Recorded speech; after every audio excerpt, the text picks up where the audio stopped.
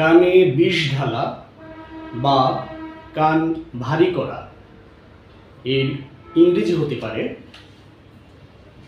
Poison someone's years. Poison someone's years.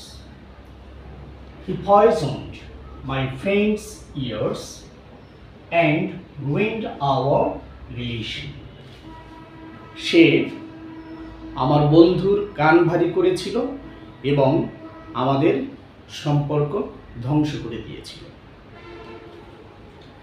Turn someone against someone. Turn someone against someone.